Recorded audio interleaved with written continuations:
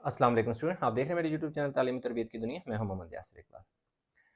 Student, हमारे पास exercise 2.5 question number जो 2 है वो हम स्टार्ट करने लगे हैं, जिसमें कह रहा है you use laws of logarithm to combine into single logarithmic terms. कि भाई जो लॉग्स के रूल्स हैं, लॉज हैं, उनका यूज़ करते हुए आपने इसको सिंगल लॉग में चेंज करना है। उसने एक्सपेंड करके दिया हुआ है। तो हमने इस एक्सपेंशन को हमने सिंगल लॉग की शक्ल में लिखना है। अब कैसे? अब लॉग का रूल है, जैसे कि हमारे पास जब भी क्या हो, यूं हो, यानी लॉग का एक रूल है, लॉग एम आवर्स फर्ज करो एन हो। आमतौर पर उसने यहाँ पे बी दिया हो आपकी बुक में, तो ये कैसे चेंज होगा? Log B as it is आ जाएगा, M minus log B N. तो ये जब डिवीजन होती है तो वो क्या होती है? सब्ट्रैक्शन में चेंज होती है। अगर वो सब्ट्रैक्शन में दिया दे रहा है, वो ये साइड दे रहा है, इसको हमने वापस सिंगल लॉग में चेंज करना है।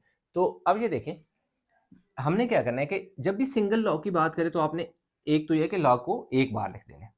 उसके बाद आपने ये देखना है कि साइन क्या है। साइन अगर नेगेटिव है तो आपने इसी तरह एक लाइन लगा देनी है। ये भी काम हो गया, यानी लॉग भी खत्म हो गया और माइनस भी खत्म हो गया। यानी आप इसको एज इट इस तरह समझें, क्योंकि लॉग को सिंगल में लिखना है तो इसलिए हमने लिख लिया। माइनस डिवीजन में चेंज होना है, वो भी हो गया।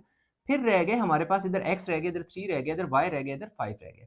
तो जो लॉग के बाद वाली वेरिएबल होगा, या कोई नंबर भी हो सकता है, जैसे कि इसमें एक वेरिएबल एक्स है, उस और 1 लाख से पहले अगर वैल्यू है, तो जो पहले वाली वैल्यू होती है असल में वो बाद वाली वैल्यू का एक्सपोनेंट होता है। यानी लाख के बाद में जो x है, एक्चुअल में ये जो 3 है इसका एक्सपोनेंट है। As per log rule power को हम शुरू में लगाते हैं जो जब एक्सपेंड करते हैं, तो उसने क्योंकि यहाँ पे एक्सपेंड करके लिखा हुआ है। जैसे कि क्वेश्चन नंबर 1 है और क्वेश्चन नंबर 2 ये एक दूसरे का इन्वर्स है। यानी क्वेश्चन नंबर 1 में उसने सिंगल लॉग में दिया हुआ था, हमने उसको एक्सपेंड किया था।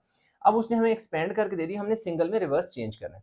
तो इसी तरह ये जो 5 है इस y का एक्सपोनेंट होगा, क्योंकि लॉग के जो शुरू में नंबर होता है वो लॉग के बाद वाली वैल्यू का एक्सपोनेंट होता है, तो ये 5। बस इतना सा काम है। अब ये देखें, अगेन लॉग को हमने लिखना है जी शुरू में, क्योंकि यहाँ पे आप देख सकते हैं प्लस भी है माइनस भी है, तो इसका मतलब है एक तो माइनस की वजह से डिवीजन में जाएंगे। लॉग को लिख दिया तो इन सारे लॉग को भूल जाए। अब आपने देखना क्या है कि ये जो t है, t लॉग के बाद t है, t से पहले 1/2 है, तो इसका मतलब ये होगा कि जो 1/2 होगा ये t का एक्सपोनेंट होगा। तो ये देखिए मैंने t की पावर क्या लिख दी, 1/2 लिख दी।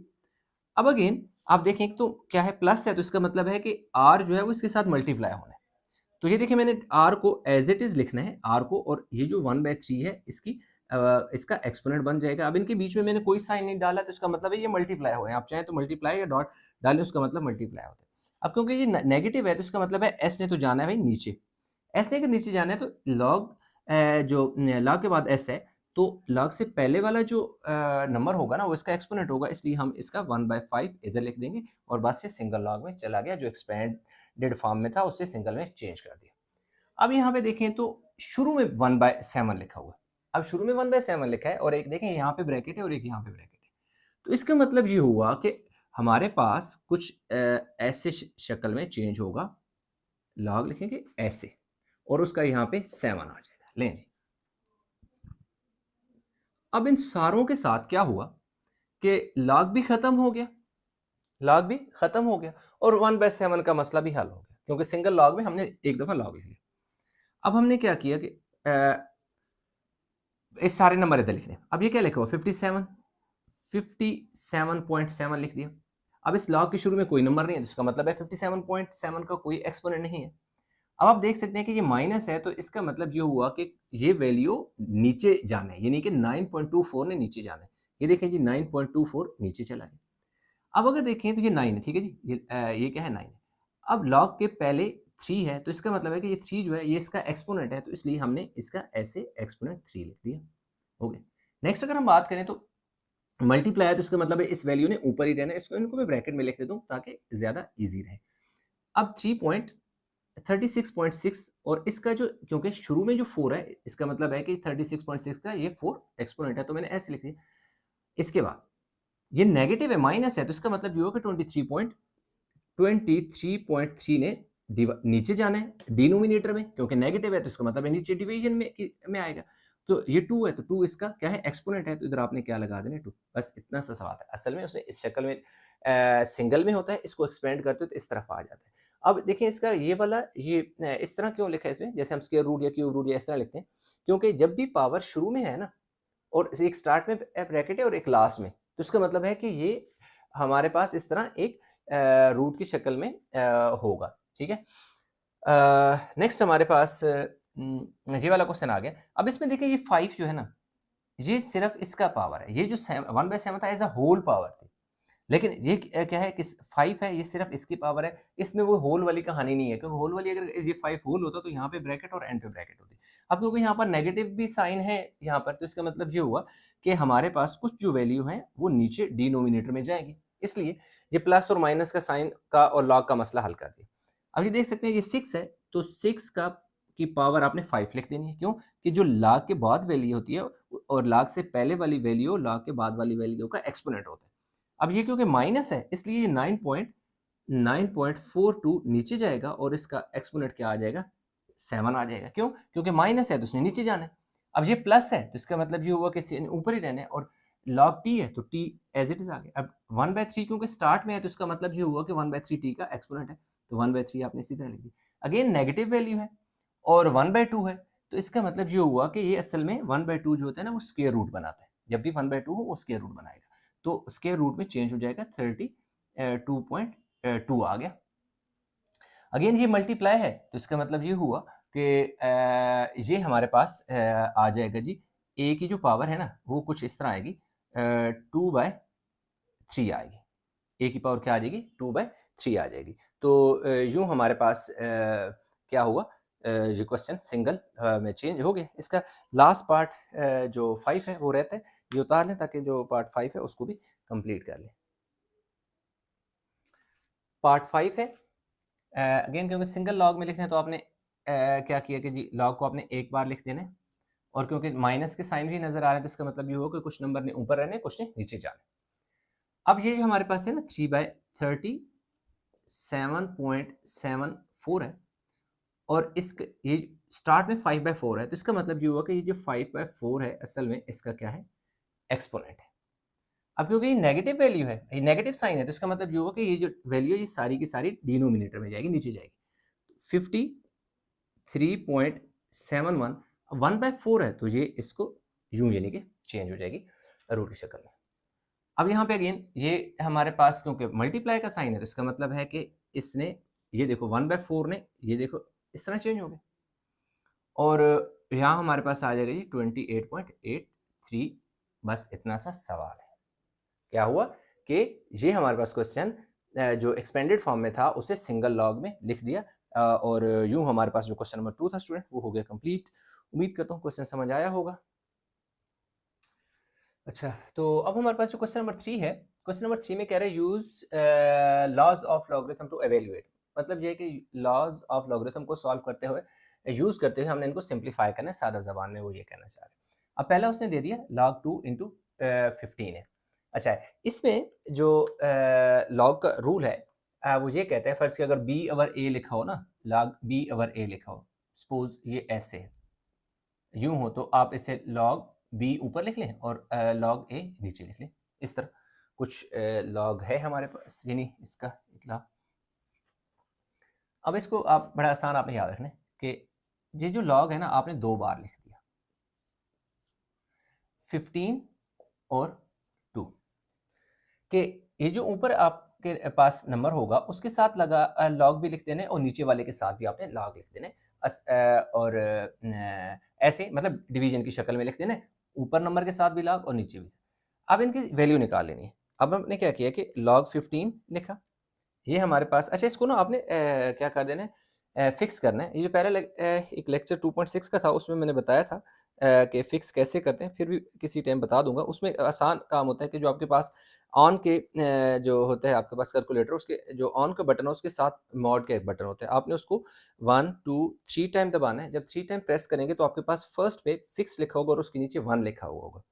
तो आपने फिक्स के नीचे जो 1 है आपने 1 को प्रेस करना है, फिर वो आपसे पूछ रहा है कि भाई आपने कितने जो पॉइंट है आपको पॉइंट के बाद कितने डिजिट चाहिए। तो आमतौर पर हमारे पास 4 होते हैं, तो इसलिए मैं जस्ट 4 का बटन दबाऊंगा तो मेरे पास फिक्स हो जाएगा। जब मैं लॉग की कोई भी वैल्यू लूंगा तो मुझे राउंड ऑफ करके 4 में 4 वैल्यू में कन्वर्ट करके दे देगा राउंड ऑफ करके। तो अब log 15 की वैल्यू आपने लिखनी है, वो हमारे पास आ गया जी 1.1761, ये 1 है, ठीक है, डिवाइडेड बाय log 2 की वैल्यू 0.3010 होती है। अब इन दोनों को आपने डिवाइड कर लेना है, 0.3010 है, ठीक है, 0.3010, तो ये हमारे पास आ गया जी 3.9073, बस इतना सा सवाल है।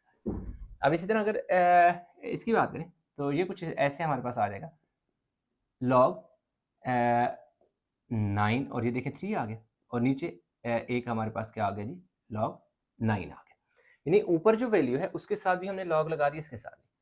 अब इसमें आपने क्या किया कि लॉग ये जो 9 है ना, अब क्योंकि क्यूब रूट था तो इसकी वैल्यू क्या, पावर क्या हो जाएगी, 1/3 हो जाएगी, और लॉग 9 आ जाएगा।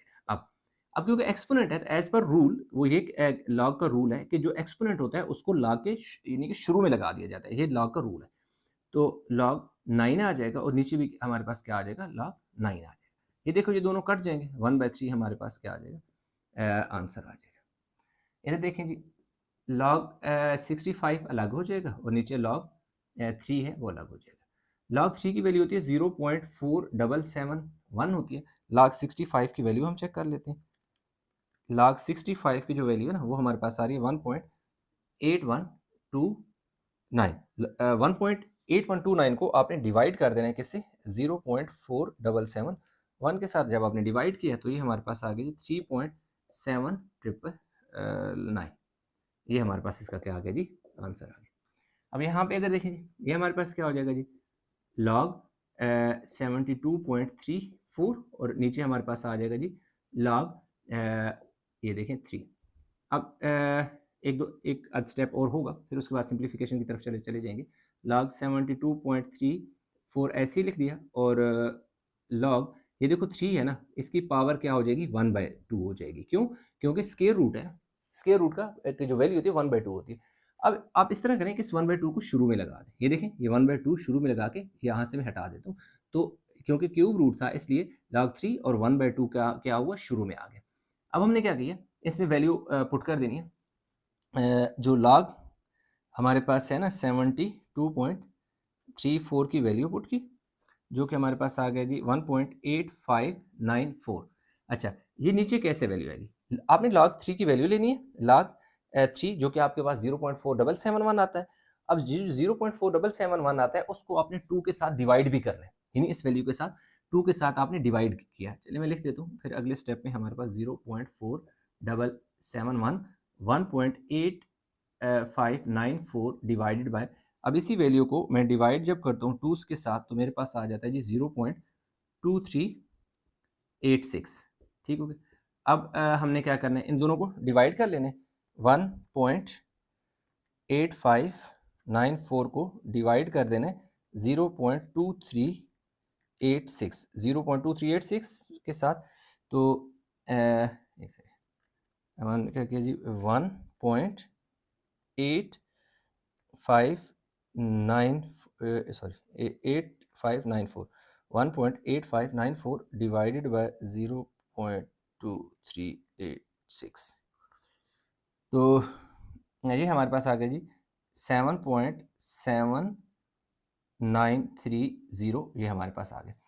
अच्छा, अब इसके साथ हमारे पास जो है इसका लास्ट पार्ट जो है वो रह गया। वीडियो को पॉज करके बेशक आप उतार लें, यहाँ पे मैं इसका पार्ट 5 भी कर लेता हूँ। अच्छा, जो पार्ट 5 है हमारे पास वो है जी log 7343, पार्ट 5 log √7 है और 343 है, तो आपने log 343 इस तरह आ गया, और नीचे हमारे पास क्या आ गया जी, log क्या आ गया 7 आ गया, ठीक है। अब हमारे पास क्या हुआ, log, अब देखें 7 × 7 × 7 343, जब आप 343 का आप एलसीएम लेते हो, 7 4 28, 7 9 63, 7 7 और 7 1 और नीचे हमारे पास क्या आ जाएगा जी, log 7 जो है ना 7, इसकी पावर क्या आ जाएगी, 1/2 आ जाएगी। अब ऊपर हमारे पास क्या आ जाएगा, log 7 की पावर 3 है और नीचे हमारे पास क्या है जी, log 7 की पावर 1/2 है। अब ये देखो 3 शुरू में आ जाएगा, 3 log 7 हो जाएगा और नीचे 1/2 हमारे पास शुरू में आ जाएगा और क्या आ जाएगा, log 7। log 7 से क्या हो जाएगा, कट जाएगा। तो हमारे पास क्या बचेगा जी, ऊपर 3 बचा और नीचे 1/2 बचा, तो हम इसको यूं भी तो लिख सकते हैं, 3 डिवाइड बाई 1/2 ऐसे लिखा हुआ है, इसको हम ऐसे भी तो लिख सकते हैं। 3 डिवाइड को मल्टीप्लाई में चेंज करेंगे तो 2/1 आ जाएगा। 3 2 को 1 के साथ डिवाइड करो 2 ही आता है, 3 2 ज़ार 6, यूं हमारे पास क्या आ जाता है, 6। आप चाहें तो डायरेक्ट भी इसमें 6 लिख सकते हैं, एक अंडरस्टूड बात है। तो यूं हमारे पास जो क्वेश्चन नंबर स्टूडेंट था 3 हो गया कंप्लीट। आई होप कि क्वेश्चन समझ आया होगा, इसमें कहीं भी किसी जगह कंफ्यूजन है तो नीचे कमेंट में ज़रूर बताइएगा।